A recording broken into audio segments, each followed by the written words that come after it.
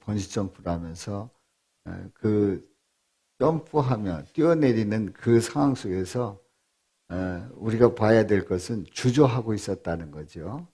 몇 번이고 결심을 하고 뛰어내리려다 다시 돌아오고 오케이 해놓고 마치 뛰어내릴 것 같이 하다가 잠깐 하고 물러서고 했던 그런 모습들을 보게 됩니다. 제가 그 훈련을 받을 때 공수 그 막타워 훈련이 있어요. 인간이 가장 그 고공 공포증을 느끼게 하는 11m의 높이에서 그 막타워 그 시설을 해놓고 이제 헬기 모양이죠. 거기서 뛰어내리는 그러한 훈련입니다. 근데 제가 그 훈련을 봤는데 뭐 밑에서 이제 여러 가지 그 기초 훈련을 받습니다. 이제 공수 훈련을 하면서 뛰어내리면서 착지할 때에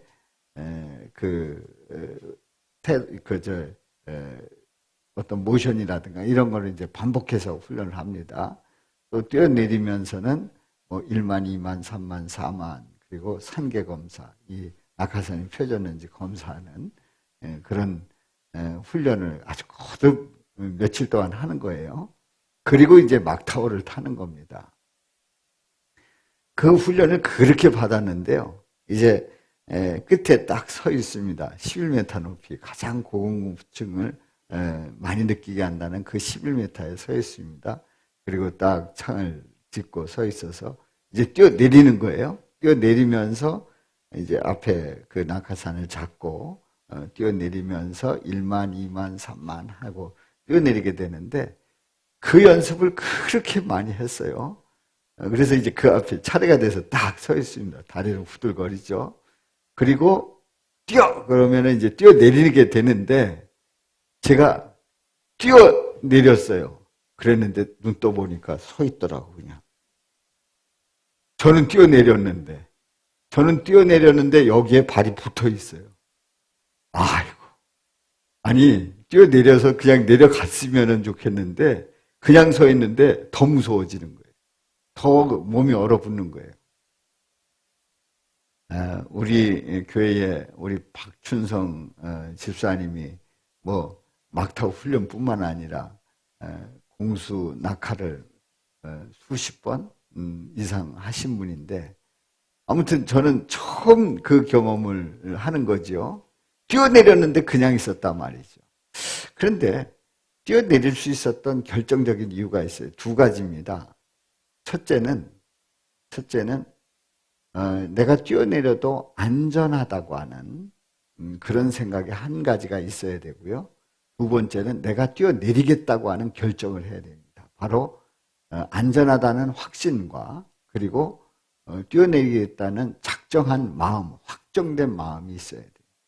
그래야지만 뛰어내려서 그 훈련에 참여를 할 수 있는 겁니다. 지금도 그 사진을 찍은 거를 지금도 이제 그 보관하고 있는데 과관입니다. 그 표정이. 여러분들, 우리가 인생을 살아가면서 우리는 많은 어려운 일들을 또 중요한 일들을 앞에 두고 결정해야 될 때가 있어요. 그 결정해야 될 때 여러분들은 어떻게 결정을 합니까? 또 결정할 때에 그 마음은 어떤 마음입니까? 오늘 이 말씀을 통해서 함께 은혜를 나누도록 합니다. 오늘 이 본문 말씀의 배경은 이렇습니다. 사무엘상 24장에 있는 말씀에 보면은 사울 왕이 그 블레셋과의 싸움에서 돌아오면서 다윗이 엔게디 광야에 있다고 하는 소식을 듣게 됩니다. 그래서 사울은 이때의 사울 왕은 다윗을 늘 이렇게 가시처럼 여기고 그리고 다윗을 어떻게든지 처단하려고 하는 그런 마음이 있었거든요. 그러니까 이 다윗이 엔게디 그 광야에 있다고 하는 그 소식을 듣고 사울 왕은 추격을 합니다. 이스라엘의 군대 3,000명을 모아서 추격을 해요. 그야말로 대대적인 수색을 벌이는 겁니다. 그때에 다윗이 느끼는 압박감은 얼마나 클까요? 그 스트레스는 얼마나 클까요? 그때의 심정을 바로 시편 57편에서 고백을 하고 있는 거예요. 오늘 이 본문 말씀에서 고백을 합니다. 그래서 4절부터 있는 말씀에 보면은 이렇게 고백을 합니다. 나는 사자들 가운데 산다고 표현하고 있습니다. 내가 불사르는 자들 가운데 누워 있다고 표현을 하면서 그 압박감이 얼마나 큰지, 그러다가 이제 마음을 확정하게 되고 그리고 주님을 찬양하는 그러한 내용이 나오지요. 그리고 하나님의 인자하심이 얼마나 큰지를 고백하는 내용이 오늘 이 본문 시편 57편의 4절부터 11절에 있는 말씀의 아주 주된 내용이에요. 함께 자세히 보도록 하고요. 여기에서 이제 세 가지 질문을 던집니다. 첫 번째 질문은 이런 질문입니다. 바로 다윗이 처한 이 상황이, 이 위급한 상황은 도대체 누구의 모습인지, 다윗의 위급한 그 상황은 누구의 모습인지를 질문을 하고요. 두 번째는 위급한 상황에서, 아주 위급한 상황에서 어떤 마음을 가졌고 무엇을 선포하고 있는지를 우리가 말씀을 통해서 함께 은혜를 나눕니다. 위급한 상황에서 그 마음은 잘 드러나게 돼 있잖아요. 어떤 마음을 가졌는지, 무엇을 선포하는지 보고요. 그리고 주의 인자는 크다고 그랬어요. 주의 인자는 크다. 그럼 주의 인자라는 게 뭔지, 그리고 그 인자는 커서 어디까지 이르는지 세 번째 질문을 던져봅니다. 자, 우리가 하나님의 형상대로 지음을 받은 우리 인간들은 마음을 확정하는데 분명했습니다. 마음을 확정하는데 흔들림이 없었어요. 정확했어요. 그리고 그 마음은 흔들림이 없었습니다. 그래서 하나님께서 이제 하나님께서 아담에게 이름을 지으라고 했을 때 다 이름을 지을 정도로 정확하게 이름을 짓게 되고 그 이름을 잊어버리지 않고 전해 주었던 아담입니다. 다시 얘기해서 이름을 지을 때에 이렇게 지을까 저렇게 지을까. 아이들 이름 지을 때 그러잖아요. 이렇게 강산이라고 할까? 아니면 바다라고 할까? 등등. 여러 이름을 짓게. 근데 이제 딱 정하게 되면 분명하게 정해서 계속 일평생 부르게 되지 않습니까? 그러니까 한번 그 정한다라고 하는 게, 이름을 정한다라고 하는 게 이게 마음이 확정된 사람이 아니면 정할 수가 없는 거예요. 그러니까 이 아담은 피조물의 이름을 지었다라고 하는 이 사실은 아주 그 확정하는 마음이 흔들림이 없었다는 얘기지요. 그런 이 아담이 죄를 짓고, 교만해서 죄를 짓고 타락한 후에 인간들의 모습은 어떤 모습이냐면 이 마음을 확정하지를 못하는 거예요. 불안한 거예요. 한번 정하게 되면 이 마음에 대해서 확신을 가지지 못하고, 이거 아닐지도 몰라, 이거 아니야 하고 다시 정하기도 하고 흔들린다는 얘기지요. 그렇습니다. 타락한 인간의 특징은 마음을 확정하지 못하고 흔들린다는 데 있다는 거지요. 그렇습니다. 우리는 하나님의 자녀로 마음이 확정되는 것은 아주 중요함에도 불구하고 타락한 인간은 흔들린다는 사실을 기억하고요. 오늘 이 말씀에서 보면은 이제 다윗이 처한 위급한 상황 속에서 다윗은 어떤 마음일까요? 그 모습은 누구의 모습인지요? 한번 성경을 확인해 봅니다. 4절과 6절에 있는 말씀이에요. 먼저 4절 시작. 내 영혼이 사자들 가운데 살며 내가 불사르는 자들 중에 누웠으니 곧 사람들의 아들들 중에라. 그들의 이는 창과 화살이요 그들의 혀는 날카로운 칼 같도다. 지금 이 상황을 얘기하는데 생각해 보세요. 사자들이 있어요. 우리 안에 들어갔다고 생각해 보세요. 사자와 함께 산다고 생각해 봐요. 얼마나 불안하게. 잠이 제대로 오겠습니까? 눕기를 제대로 하겠습니까? 불안한 거지요. 내가 불사르는 자들 중에 누워있다. 불사른다. 불을 지르는 그 사람들 중에 누워있다. 불이 언제 붙어서 나한테 옮겨 붙을지 모른단 말이죠. 얼마나 불안합니까? 그리고 그들의 이는 창과 화살이라고 그랬어요. 그 이가 창과 화살처럼 아주 날카롭게 느껴져요. 위협적으로 느껴져요. 그리고 그들의 혀는 날카로운 칼 같도다. 그 한마디 한마디 하는 그 말이 마음을 후벼 파는 거예요. 찌르는 거예요. 그냥 나를 그야말로 난도질을 하는 거예요. 그들의 말 한마디 한마디가 너무너무 힘든 거예요.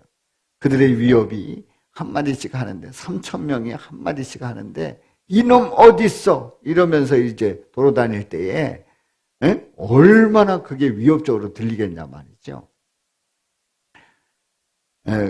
6절에 있는 말씀 시작. 그들이 내 걸음을 막으려고 그물을 준비하였으니 내 영혼이 억울하도다. 그들이 내 앞에 웅덩이를 봤으나. 자, 6절 상반절이요. 자, 이런 상황이에요. 그물을 준비했어요. 아니 생각을 해보세요. 다윗을 잡으려고 그물을 준비했단 말이에요. 어디든지 나가게 되면 걸려 죽을 수 있는 그런 상황이에요. 너무나도 억울한 거예요. 그들이 내 앞에서 웅덩이까지 팠어요. 왜냐하면 그 웅덩이에 탁 빠지면 그냥 잡으려고 함정을 파는 거지요. 자, 이런 상황이에요. 자, 이런 상황에서 다윗이 얼마나 압박감을 느끼겠어요. 얼마나 큰 스트레스를 받겠습니까? 아주 그냥 복잡한 거예요. 너무나도 그 스트레스가 강하게 느껴지는 거예요. 여러분들,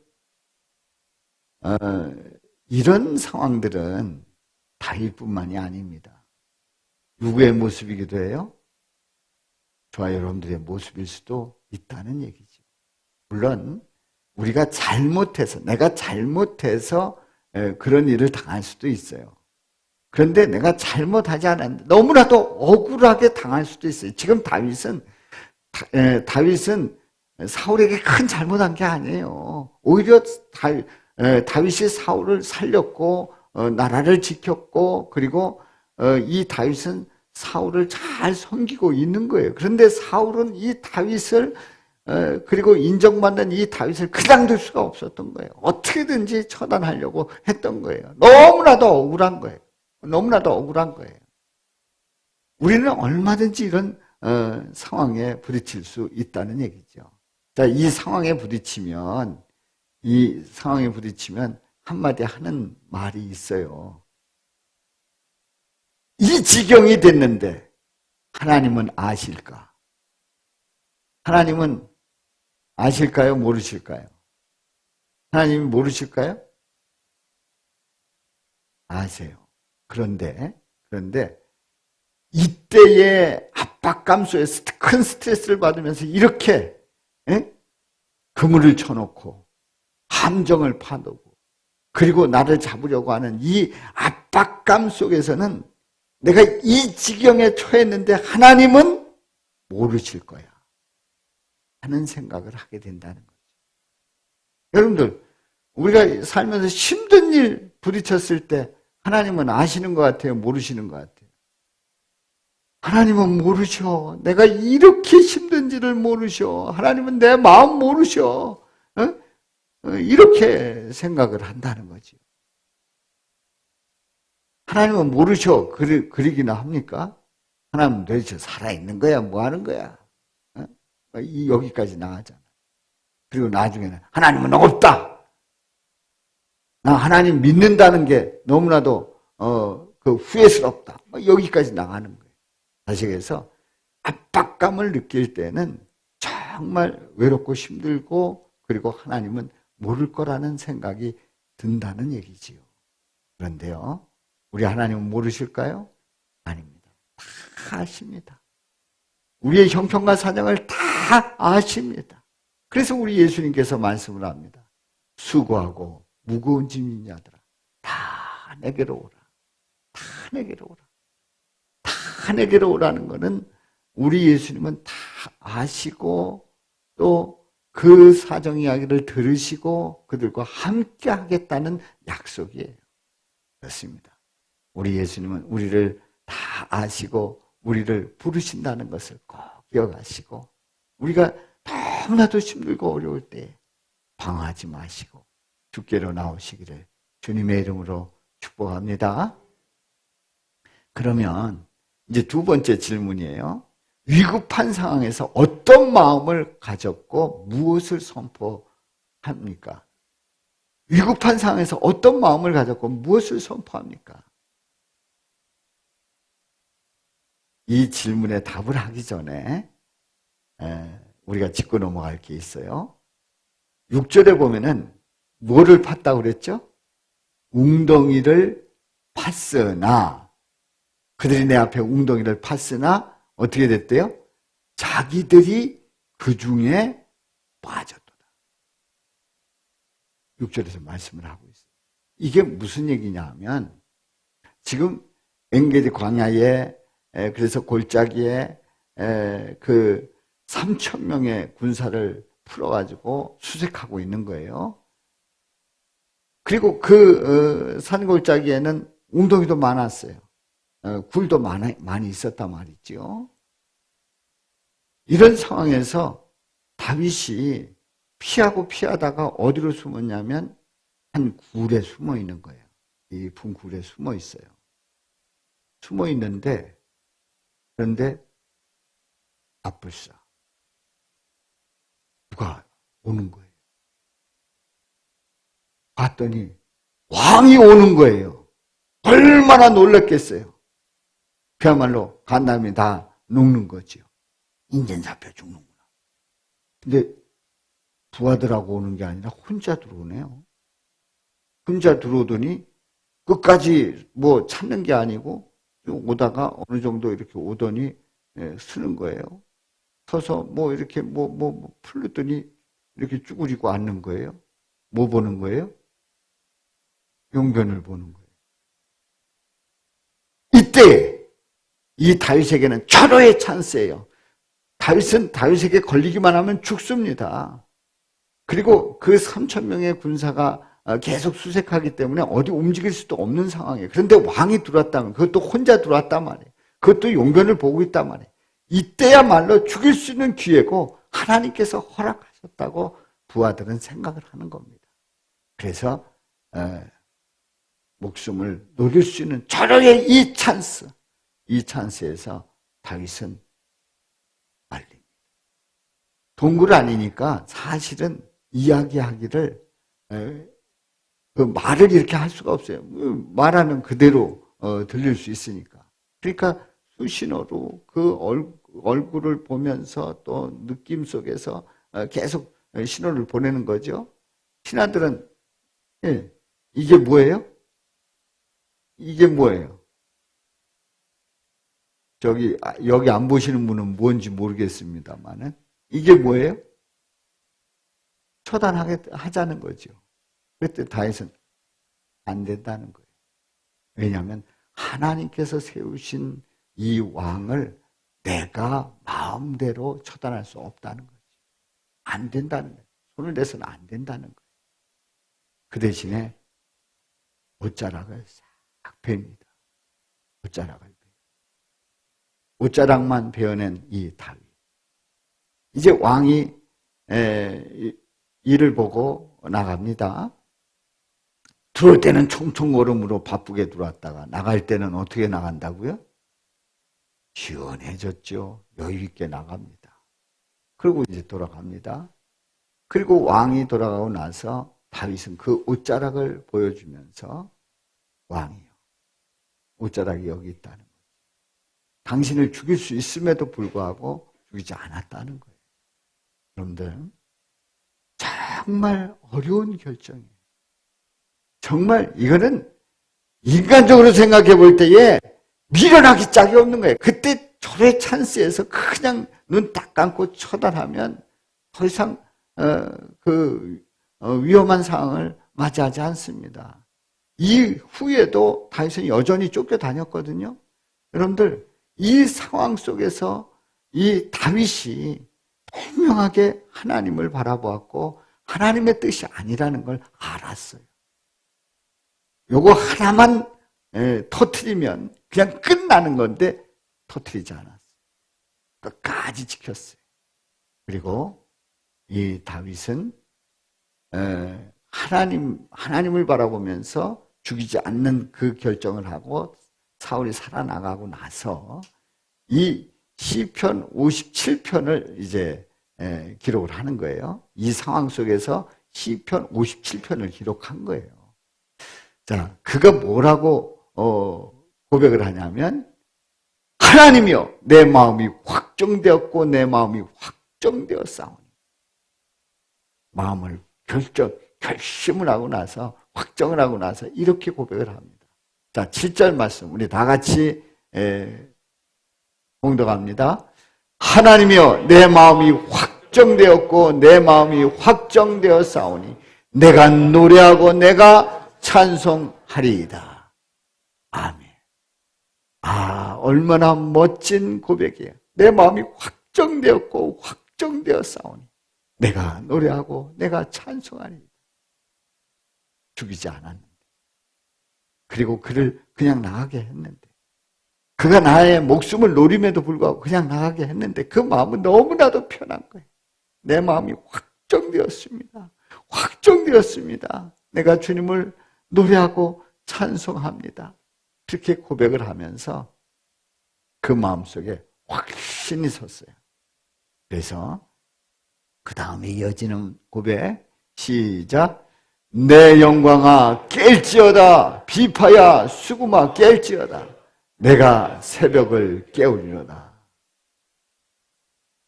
여기서 깬다라고 하는 이 말은 그 히브리어로 우르라고 하는 그런 단어인데요. 각성하다, 각성하다, 깨어나게 하다 하는 그런 뜻이에요. 내 영광아, 내 영혼아, 내 영혼아 깰지어다. 비파야 수구마 깰지어다. 내가 새벽을 깨우리로다. 어두운 밤이 지나고 새벽이 올 때 그 새벽을 깨우겠다 하는 확신이 들었어요. 다시 그 어두운 이 상황, 이 복잡한 이 상황을 새벽이 다가올 때 이 새벽을 깨우는데 누가? 내가 새벽을 깨우겠다는 거예요. 하나님께 마음을 확정했어요. 확정을 했을 때 하나님의 주시는 마음을 가지고 확정했을 때에 새벽을 깨우겠다고 하는 확신이 들고 그리고 선포하고 있습니다. 그렇습니다. 살아계신 하나님, 우리 예수님은 우리를 이처럼 마음을 확정하고 하나님에 대한 분명한 고백을 했을 때에 우리에게 결심을 하게 하는데 새벽을 깨우겠다고 하는, 내게 주신 사명을 감당하겠다고 하는 그 확신을 주시는 줄로 믿습니다. 그렇습니다. 우리는요, 인간의 방법이 아니라 하나님을 바라보며 주님의 마음으로 나아가는 이 다윗, 아주 분명하게 확정하고 확신을 가지고 나가는 그 모습이 저와 여러분들의 모습이 되기를 주님의 이름으로 축원합니다.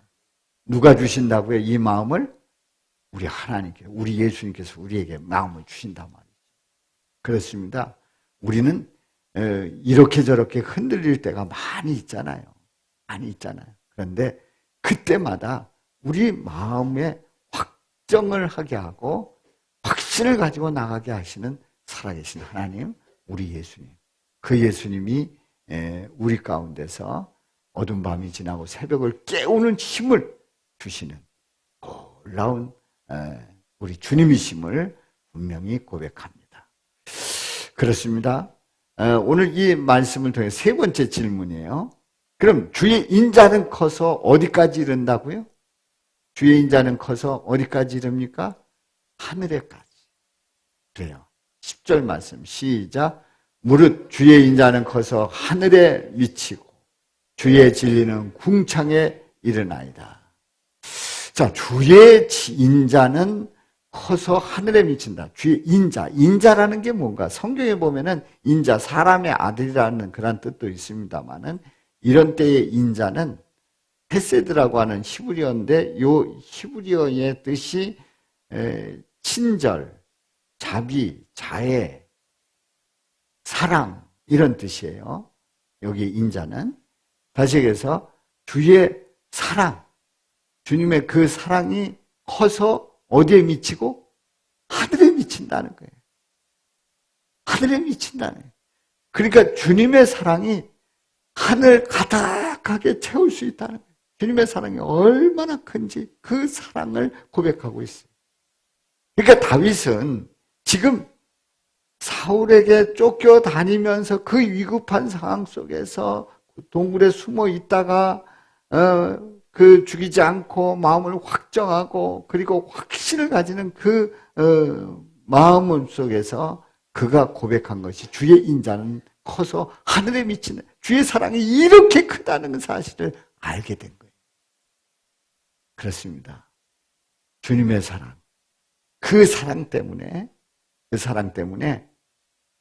이 다윗은 그 주님의 사랑 안에 있는 이 다윗은 그 마음이 흔들림 없이 나를 사랑하니까, 나를 붙잡아 주시니까, 나를 언제까지 받아주시는 우리 주님이시니까 내가 원수를 갚는 아주 철호의 찬스에서도 갚지 아니하고 주님께 맡기고 확정하고 나갈 때에 새벽을 깨우겠다고 하는 그 확신이 들게 되었다는 말씀이지요. 그렇습니다. 마음을 확정하는 힘은 어디에서 나온다고요? 하나님의 사랑.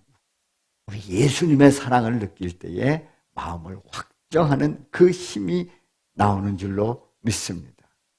그렇습니다. 사랑을 힘입으면 그러면 그 마음에 확정하는 그 힘이 솟아나는 거예요. 사랑받지 못하면 마음속에 자신감이 없어요. 확신이 쓰지 못해요. 그리고 내가 이거 잘못 생각하는가 아닌가 이렇게 흔들리게 된단 말이죠. 그렇습니다. 그럼 우리 하나님은 그 사랑을 어떻게 우리에게 펼치셨길래 다윗이 그렇게 고백을 합니까? 우리 하나님 아버지께서는 하나밖에 없는 독생자 예수 그리스도를 이 땅에 보내셨습니다. 그리고 그 예수님을 통해서 인류의 죄를 다 짊어지시게 하셨어요. 그리고 그 죄를 대신해서 우리 예수님, 하나밖에 없는 독생자 예수님을 십자가에서 고난받게 하시고 그리고 못 박혀 죽으심으로 피 흘려 죽으시는 그런 엄청난 사랑을 베풀어 주셨지. 그래서 예수님의 그 사랑은 얼마나 큰지 하늘에 가득 찬 그 사랑을 이 다윗이 고백을 하고 있는 거예요. 다윗은 예수님을 보지는 못했지만 그런 예수님의 그 사랑이 있을 것이라고 하는 것을 미리 예표하고 있는 거예요. 그렇습니다. 우리 주님의 사랑은 이렇게 커서 우리 가운데 함께 하시고 또 우리 가운데 우리의 마음을 확정하게 하시고 그 사랑에 대한 확신을 가지고 나갈 때에 어두운 밤을 뚫고 새벽을 깨우는 대역사를 이루게 하십니다. 아멘입니까? 그렇습니다. 그래서 우리는 우리의 마음을 확정하는 것이 얼마나 중요한가를 우리가 말씀을 통해서 보는데요. 우리 예수님께서 오병이어의 기적을 일으키시고 그리고 제자들을 이제 바다 건너로 건너가게 하셨어요. 그런데 바람이 부는 거예요. 풍랑이 있는 거예요. 근데 노져가는 이 제자들이 제대로 가지를 못하고 헤매고 있는 거예요. 우리 예수님께서 그 상황을 보시고 바다 위로 걸어오셨어요. 예수님께서 물 위로 걸어오시는 이 모습을 본 이 제자들이 깜짝 놀랐어요. 뭐라고 생각했다고요? 유령이라고 생각했어요. 유령인 줄 알았어요. 귀신인 줄 알았단 말이죠. 헛개비인 줄 알았어요. 뭔가 이상한 거예요. 정상적이지 않은 거예요. 너무너무 놀란 거예요. 두려운 거예요. 그때에 예수님께서 하시는 말씀이 안심하라. 내니 두려워하지 말라. 다 같이요. 안심하라. 내니 두려워하지 말라. 안심하라. 내니 두려워하지 말라. 안심시키는 거예요. 자, 왜 두려워했는지를 한번 말씀을 보도록 합니다. 자, 마가복음 6장 51절 52절 말씀 시작. 배에 올라 그들에게 가시니 바람이 그치는지라. 제자들이 마음에 심히 놀라니 이는 그들이 그 떡 되시던 일을 깨닫지 못하고 도리어 그 마음이 둔하여졌음이라라. 여러분들, 오병이어의 기적을 일으키신 예수님이에요. 에? 그야말로 떡 5개와 물고기 2마리로 5,000명을 먹이고 또 12광주를 남기신 예수님이에요. 제자들이 그걸 다 나누고 그걸 거둔 그런 제자들이에요. 너무 신이 났어요. 너무 놀랐어요. 우리 예수님 쫓아다니면 이런 일도 있구나. 우리 예수님은 능력의 예수님이야. 예수님은 이렇게 많은 사람을 먹이고도 남겼어. 그러면 그 감격하고 막 그 설레임 속에서 그들은 이제 배를 타고 건너가고 있었거든요. 근데 바람이 부니까, 그런데 또 예수님이 걸어오는데 깜짝 놀라서 유령이라고 생각을 하는 거예요. 그 이유가 마음이 둔해졌다.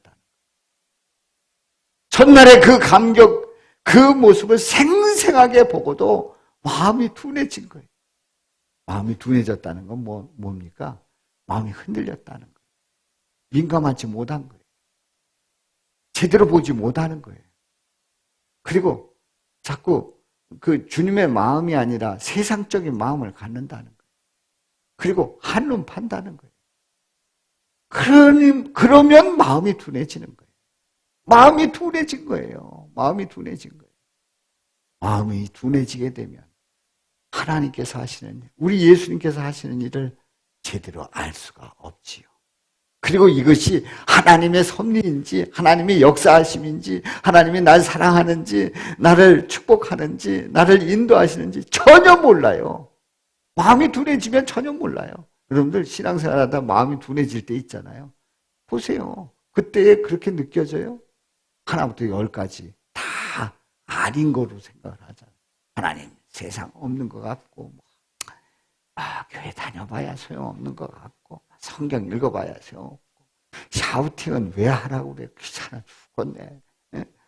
그것도 귀찮아지고 마음이 둔해지면요 이상해지는 거예요. 우리는 마음이 둔해질 때까지 내버려둬서는 안 돼요. 칼이 잘 안 들면 왜 그래요? 칼날이 무뎌졌기 때문에. 가위가 잘 안 들면 왜요? 무뎌졌기 때문에 다시 갈아야 돼. 예수님의 마음으로 마음이 둔감이 아니라 민감해지기를 축복합니다. 그러므로 사랑은 확정입니다. 사랑은 뭐라고요? 확정합니다. 바로 예수님의 사랑 안에 있으면 마음을 확정하게 되는 줄로 믿습니다. 예수님의 사랑 안에 있으면 마음을 확정하게 된단 말이에요. 예수님의 사랑 밖에 있으면 예수님의 사랑이 없으면 마음을 확정할 수가 없어요. 흔들려요. 이리저리 흔들려요. 예수님께 마음을 두고 예수님을 사랑한다고 하는 그 고백, 그 사랑 안에 있으면 마음을 확정하게 되고 흔들리지 않는단 말이지요. 하나님 아버지께서는 인간들이 하나님의 그 사랑을 다 잊어버리고 확정하지 못하고 막 이리저리 흔들리고 세상 보면서 흔들리고 죄 짓고 하는 그 모습을 보면서 누굴 보내주셨어요? 우리 예수님 보내주셨어요. 그래서 예수님을 보내주셔서 예수님을 사랑하고 예수님의 사랑 안에서 마음을 확정하게 하신 하나님 아버지의 놀라운 계획을 보게 됩니다. 오늘 이 말씀을 통해서 다윗은 참으로 복된 사람이에요. 왜냐하면 이 다윗이 사울 왕 다음에 다윗이 왕이 되었다는 그 사실이, 그리고 앞으로 왕이 될 가능성이 있기 때문에 복입니까? 아닙니다. 그게 복 있는 게 아니에요. 다윗이 복 있다라고 말하는 그 이유는 하나님의 사랑을 알고, 그리고 마음을 확정하고 그 어두운 마음을 지나서 새벽을 깨우겠다는 확신을 가졌기 때문에 이 다윗은 복 있는 사람이라고 말할 수 있습니다. 그렇습니다. 이 다윗은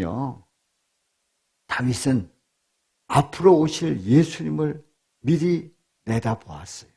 주의 인자는 커서 하늘에 미치고. 그래요.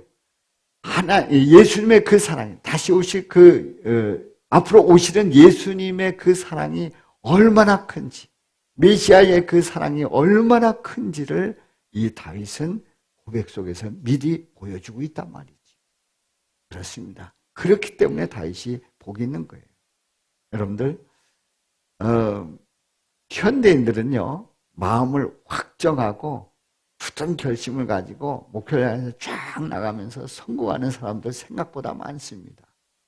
그리고 TV나 뭐 책 이런 데서 이렇게 보게 되면 그렇게 마음을 정하고 올곧게 나가서 그 멋진 성공의 삶을 사는 사람들의 모습을 보지 않습니까? 뭐 그 사람들이랑 우리나 아닙니다. 우리는 분명히 다릅니다. 우리는요, 우리가 마음을 확정하고 믿음으로 그 목표를 가지고 나가는 그것은 예수님의 사랑 안에서 느끼는 그 확정이에요.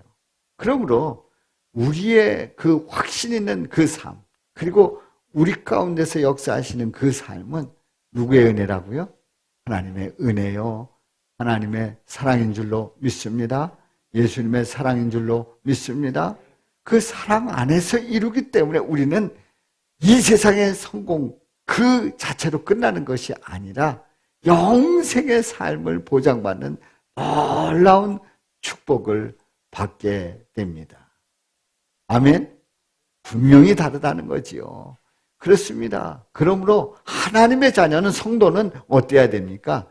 성도는 예수님의 사랑 안에서 마음을 확정하는 자가 성도예요. 성도는 누구라고요? 예수님의 사랑 안에서 마음을 확정하는 자가 성도예요. 예수님 사랑 밖에 있으면 어떤 성도도 마음을 확정할 수 없어요. 사랑 안에 있을 때 마음을 확정하고 확신 가운데 나가게 되지요. 사실 우리는 코로나19의 이 상황 속에서 사람들이 예상하기를 아마 교회가 그 교인들이, 성도가 20 내지 30%가 줄 거라고 그렇게 예상을 합니다. 그 예상이 틀리지 않았다고 봅니다. 이제 교회를 다니던 사람들 중에 코로나19로 인해서 2 내지 30%가 교회 다니지 않을 거다, 이렇게 내다보고 있다는 거예요. 근데 그럴 것이, 교회를 잘 다니고 뭐 열심을 내도 시원찮은데 뭐 예배 못 드리고 또 뭐 교회 가지 말아라, 또 그 TV에서 뭐 보도하는 것들 보면 교회 가면 큰일 나고 아주 해로운 데인 줄 알게 그렇게 보도가 돼 있지 않습니까? 그러니까 20, 30%가 준다고 생각을 해요. 그런데요, 여러분들, 저는 이렇게 생각을 합니다. 알곡과 쭉정이를 가르는 아주 중요한 그런 그 시기를 보내고 있다고 생각을 하고요. 저 북한은 대놓고 나는 교회 다닌다라고 말할 수 없어요. 물론 뭐 봉숙교회 그런 데 다니는 데는 뭐 공식적으로 나는 교인이다 하고 다니면서 다 그 의무적으로 다닐 수 있게 그렇게 해놓기는 했습니다만은, 정말 예수를 믿는 하나님의 자녀가 나 예수 믿는다고 고백할 수 없게 돼 있는 저 북한, 예수 못 믿을까요? 아니에요. 그들 중에는 예수 믿는 사람들이 확실하게 있어요. 지하에서 믿음 생활합니다. 찬송 부르고 기도하고 그리고 말씀 암송하면서. 그래서 저들은 아예 그냥 성경을 외운다는 거 아니에요. 성경을 가지고 다닐 수 없으니까 외운다는 거 아니에요. 여러분들, 저 북한이라고 해서 교회를 못 다닌다고요? 아니에요. 신앙생활 못 한다고요? 아니에요. 더 주님을 사랑하고 더 주님을 바라보고 있단 말이죠. 우린 이 상황 속에서 20, 30%가 준다고 하지만은 아닙니다. 저는 확신합니다. 이 상황을 극복하게 되면 우리 성도님들의 믿음은 더 부쩍 자랄 줄로 믿습니다. 확신 가지고 더 성장할 줄로 믿습니다. 더 빛나게 될 줄로 믿습니다. 어떤 역경이 와도 여러분들은 이겨나가는 그 놀라운 믿음 넘치게 될 줄로 믿습니다. 저는 그런 확신이 있어요. 여러분들 분명히 아셔야 됩니다. 요즘 교회에서 하면 교회발 막 이러고 나오지 않습니까? 실제로 교회발에 대한 통계가 나왔는데요. 일반적으로 얘기하는 교회발, 딴 데는 교회발이라고 안 그래요. 꼭 교회는 교회발 붙여요. 여러분들 다 발 가지고 계시죠? 발 가지고 계셔서 그런지는 모르지만 하여튼 교회발을 꼭 붙여요. YTN 이런 데는 아주 정확해요. 무조건 교회면 교회발. 근데 그들이 말하는 교회발의 정확한 통계는 8.2%라는 거죠. 교회에서 생긴 그게 8.2%라는 거예요. 그런데 국민들이 생각하는 교회발이 몇 프로인 것 같으냐라고 물었을 때의 통계가 44%인 줄 알아요. 그러니까 요즘 코로나가 발생하는 그 발이 실제로는 8.2%인데 국민들은 44%로 생각하고 있다는 거예요. 그러니까 절반은 다 교회에서 생겼다는 거예요. 그러면 91.8% 여기 이 91.8%의 발은 도대체 어디서 나왔냐 말이에요. 그건 보도하지 않습니다. 그냥 흐적흐적합니다. 그냥 다 이렇게 쟁여놓습니다. 그런데 8.2%를 얼마나 강력하게 보도했는지 국민들이 44%가 교회발인 줄 안다는 거죠. 여러분들 이거에 대해서 우리는 정확한 통계로 그걸 구분할 수 있어야 되고요. 또 한 가지는 설령 교회발에서 8.2%의 교회발이라고 하는 교회발은 교회 안에서 실제로 식사를 한 교회들 그리고 소모임을 가진 교회들 찬양 연습할 때에 마스크를 안 쓰고 한 교회들 이런 데서 교회발이 나온 거예요. 그리고 이건 중대본의 통계입니다. 중대본에서 통계가 실제로 대면 예배 때문에 이 교회발이 생긴 것이 극소수다. 아주 적다. 이게 중대본의 발표예요. 수원에 9,000명 되는 교회에서 실제로 3명의 확진자가 다녀가고 이렇게 했는데 며칠을 다녀가고 했는데 3명 외에는 아무도 전염되지 않았다는 통계가 나왔어요. 이게 다 알려진 바입니다. 여러분들이 지금 앞에 보고 예배를 드리고 있잖아요.